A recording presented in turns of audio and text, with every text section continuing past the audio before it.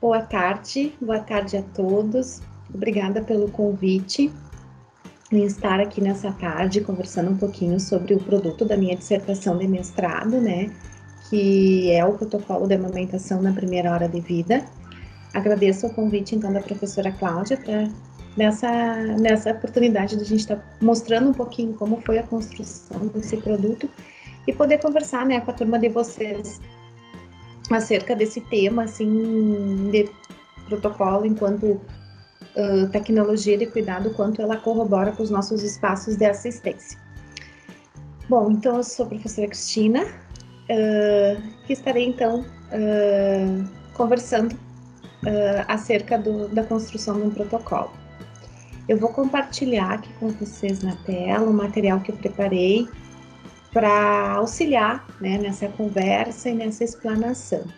Bom, então, o protocolo, como tecnologia de cuidado na área materno-infantil, eu vou apresentar para vocês o produto, né, como eu disse anteriormente, gerado da minha dissertação de mestrado, sob orientação da professora Cláudia Zamberlan, que é um protocolo de amamentação na primeira hora de vida.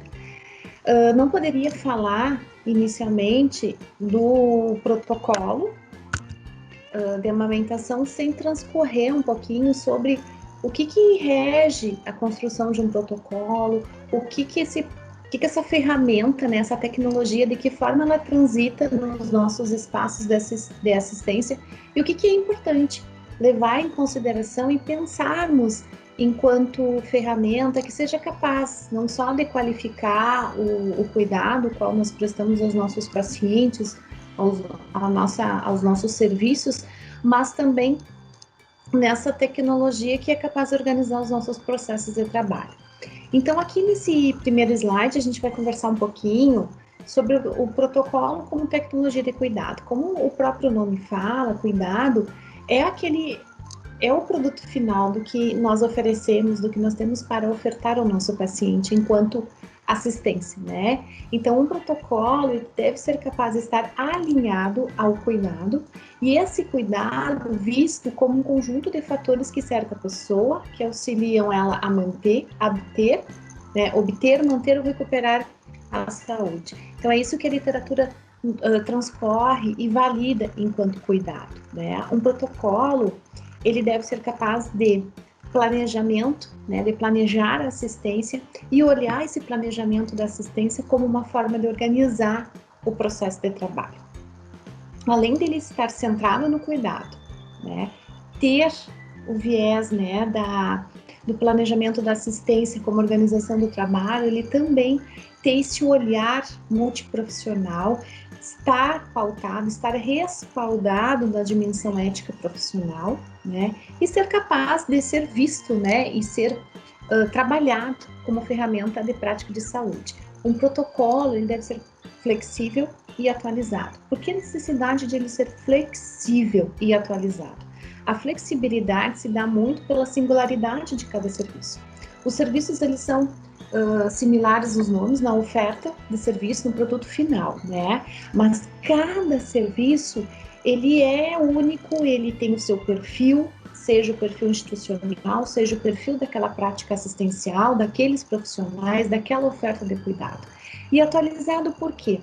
Porque ele perde a finalidade se não tiver as evidências científicas, que não tiver o respaldo dessa prática assistencial nessas evidências, e essas evidências estejam atualizadas, né, em consonância do que está acontecendo nacional e internacionalmente em termos de pesquisa e de ciência. Bom, quando nós pensamos na construção de um protocolo, onde o protocolo o qual nós criamos, né, que nós elaboramos de amamentação na primeira hora de vida, ele também foi pensado nesses itens enquanto finalidade, né? Então é importante, esse slide é importante a gente pensar que para a construção de um protocolo, quando pensamos numa determinada prática assistencial, nós precisamos pensar o que queremos com ele, né? Os itens que eu vou transcorrer aqui com vocês são os itens que também fizeram parte da nossa reflexão enquanto construção dessa tecnologia, dessa ferramenta, e que pautou, né, todo o processo de trabalho. Então, Há de se ter uma preocupação em pesquisas que contribuam com uma prática assistencial. Então, quando se pensa em um protocolo, se foca numa prática assistencial e a gente vai para as bases científicas. O que a ciência corrobora com essa prática assistencial que nós estamos pretendendo elaborar um protocolo?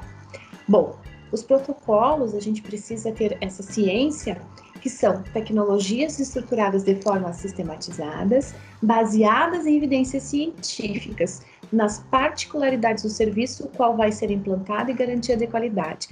Com essa afirmação aqui, que os autores nos reafirmam essa necessidade, né, essa finalidade do protocolo.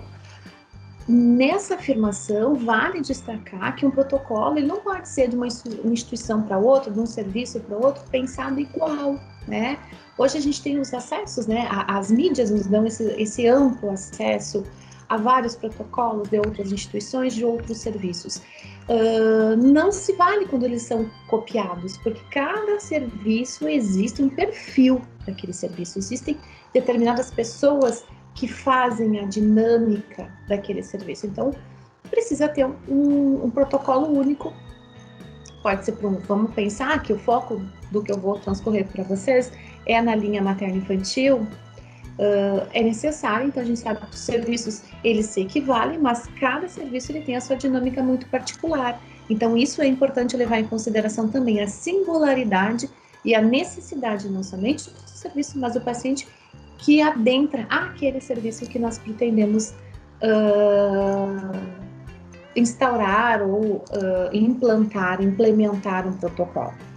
Ele deve ter suporte técnico e científico que seja capaz de orientar os profissionais na tomada de decisão e que leve em conta a segurança na assistência. Então, quando a finalidade do protocolo, quando pensamos na construção dele, em todos os passos na construção, a gente deve pensar que ele é uma base, ele tem cientificidade, ele tem respaldo nas melhores evidências e ele serve de suporte técnico. Ele vai orientar a melhor decisão, a melhor tomada de decisão ou a tomada de decisão assertiva e vai garantir a segurança da assistência. Então, esse é o resultado que nós queremos com a implantação ou a criação de um protocolo.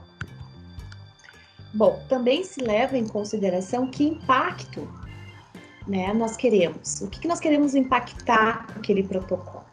Bom, quando implantamos ou criamos, né? Quando criamos um protocolo, se leva em consideração que queremos reduzir a variabilidade de ação naquele cuidado, né? Não é cada um fazendo do seu jeito, não. É todo mundo fazendo aquela prática daquele jeito, naqueles momentos, com aquela população-alvo, né? Isso garante qualificação profissional naquela prática, facilita a introdução de novas tecnologias, porque se pensa em novos dispositivos que são capazes de inovar a gestão do cuidado, né? Que são capazes de controlar custos e gerenciar o tempo da equipe. Isso os autores nos respaldam, né? Nos destacam. Mas nós também podemos destacar nesse item a importância do controle, ou melhor dizendo, da otimização dos nossos recursos, né? Um protocolo ele deve ter essa característica, né? Ele deve diminuir a variabilidade daquela mesma ação, qualificar os profissionais, dar novas oportunidades, otimizar os recursos, os custos dos recursos e gerenciar o tempo, que é um item, é um recurso assim muito precioso dentro das nossas equipes de assistência, né? Os guidelines também são necessários, são importantes pensarmos neles e trazer eles perto, né, na construção de protocolos, que são conjuntos de protocolos sobre determinada área do conhecimento. Os princípios da prática baseada em evidências estarem próximos da construção, na criação de protocolos, para dar cientificidade e valor, né, àquela prática. E o que pensamos, né, em resultado final, o impacto disso? O sucesso de um protocolo ele está intimamente relacionado com a interação da equipe assistencial e gestão institucional. O que isso quer dizer para nós enquanto profissionais da assistência? Que o protocolo ele deve ter na sua essência esses itens, carregar essas finalidades. que quanto mais próximo aquele perfil assistencial daquele serviço, maior a adesão dos profissionais. Tendo uma maior adesão dos profissionais, tu vai ter todos os demais itens contemplados e tu vai ter uma gestão, porque quando se pensou, se focou naquela prática assistencial, se pesquisou as melhores evidências científicas acerca daquela prática, né? E com autores atualizados.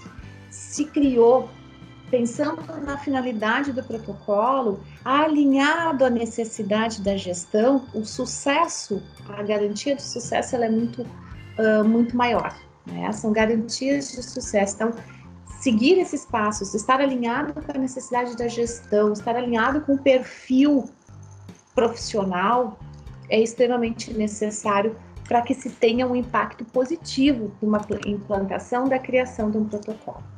Bom, a construção de um protocolo. Nesse slide aqui, vale destacar que os itens que eu vou transcorrer a seguir para a construção de um protocolo, eles também fizeram parte da nossa construção do protocolo de amamentação na primeira hora de vida, né?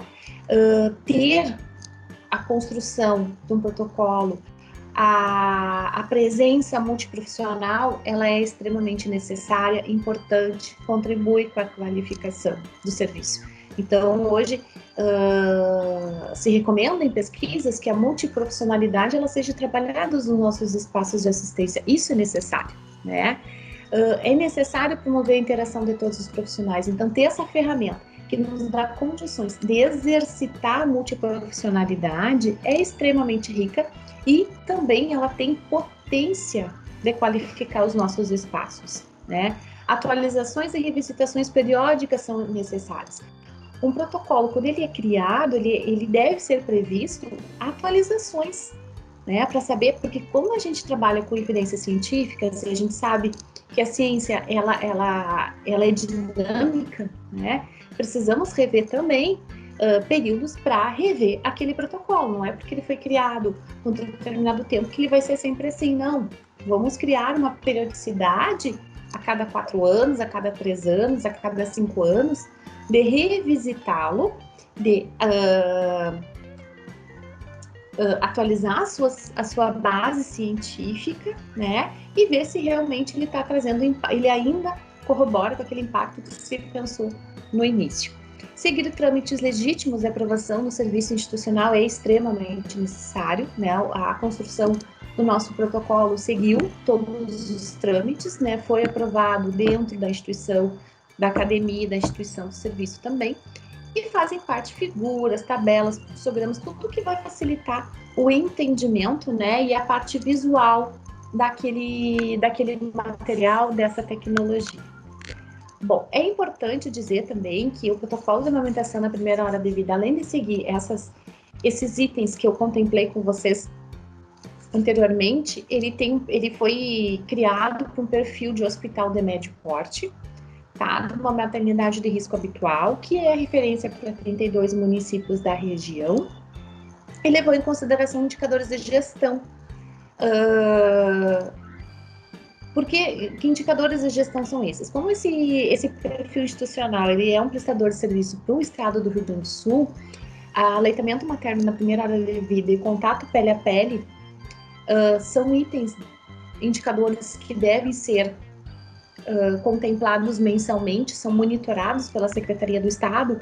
Então, esse protocolo ele foi pensado nessa necessidade de corroborar com esses indicadores, né, que interferem diretamente no recurso financeiro da instituição, e é uma necessidade também do setor, do serviço, além de estar alinhado com os interesses da gestão, né? Essa instituição conta com uma média de 120 partos mensais e com uma equipe multiprofissional. Então, nós alinhamos todos esses itens e pensamos nessa tecnologia como corroborar não somente com indicadores de gestão, que tem impacto sim financeiro na instituição, mas também em respaldar uma equipe multiprofissional na sua dimensão ética, na sua multiprofissionalidade, vamos dizer assim, e a fim de que possa, né, essa ferramenta ser capaz de contribuir com a qualidade do cuidado que se é ofertado nesse setor materno-infantil. Tá? Aqui nesse slide do protocolo gerado e a sua aplicabilidade, vale destacar que anteriormente à criação do protocolo de amamentação na primeira hora de vida, foi construído um POP, né, de aleitamento materno na primeira hora de vida e contato pele a pele, que não tinha. Então, nós construímos esse POP junto com a equipe, validamos o POP junto à instituição, né, e ele foi um capítulo, né, da construção desse protocolo. Para criar esse protocolo, nós partimos do quê? Numa pesquisa de campo com a equipe multiprofissional em maternidade de risco habitual. Bom, a primeira coisa que nós fizemos foi aqueles itens que eu transcorri para vocês anteriormente. Nós fomos atrás das bases científicas, né, que respaldam esta prática, que respaldam o aleitamento materno na primeira hora de vida. Fizemos um resgate, fizemos toda uma revisão integrativa das melhores evidências científicas. Depois nós construímos um questionário a ser aplicado no campo com essa equipe multiprofissional. Esse questionário contou com questões abertas e fechadas. Nós elegemos 3 dimensões nesse questionário. A primeira dimensão com perfil sociodemográfico, nós queríamos conhecer quem eram as pessoas, os profissionais que atuavam naquele setor, há quanto tempo, a idade, tempo de formação, tempo de serviço, enfim. Que nos dessem noção, que nos dessem ideia quem eram aquelas pessoas e por que elas estavam ali. Na segunda dimensão materna, nós queríamos saber o conhecimento acerca do tema do aleitamento materno desses profissionais. E a terceira dimensão é, além do conhecimento, saber a prática, como que eles praticavam esse aleitamento na primeira hora de vida, na hora, né? Bom, essas questões, essas respostas foram os disparadores para nós construirmos esse protocolo.